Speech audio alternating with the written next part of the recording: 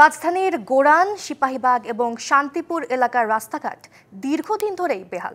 সামান্য বৃষ্টিতেই তলিয়ে যায় চারপাশ। সংস্কারের খোঁড়াখুড়িতে দুর্ভোগ আর ভোগান্তি তাদের নিত্যসঙ্গী।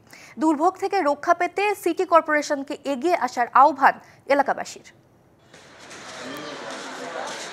রাজধানীর গোরান, সিপাহীবাগ, শান্তিপুর এলাকার মানুষের ভোগান্তি আর দুর্দশা যেন নিত্যসঙ্গী। খানাখন্দে ভরা রাস্তাঘাটে হরহামেশাই ঘটছে দুর্ঘটনা।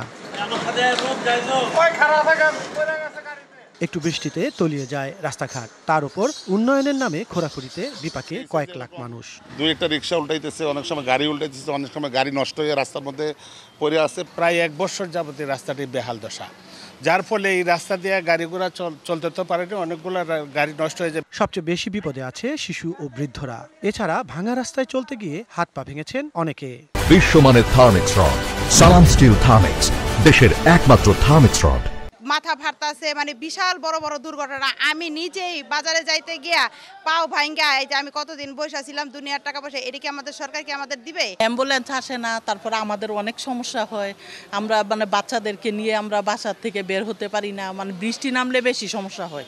উন্নয়ন আর খোঁড়াখুড়িতে বিপাকে পড়েছেন স্থানীয় ব্যবসায়ীরাও। দোকান ভাড়া আমরা পাইতেছি না, আমরা পরিবার চালাইতে পারতেছি না এই ব্যবসা কইরা। আমরা চাই যত দ্রুত সম্ভব আমরা রাস্তাটা সংস্কার। এখান দিয়ে কোনো লোক যাতায়াত করতে পারতেছে না, প্লাস কোনো কাস্টমার নেই, এখন দুর্বিষহ অবস্থা। ভোগান্তি লাঘবে অন্তর্বর্তী সরকারকে এগিয়ে আসার আহ্বান জানিয়েছেন এলাকাবাসী।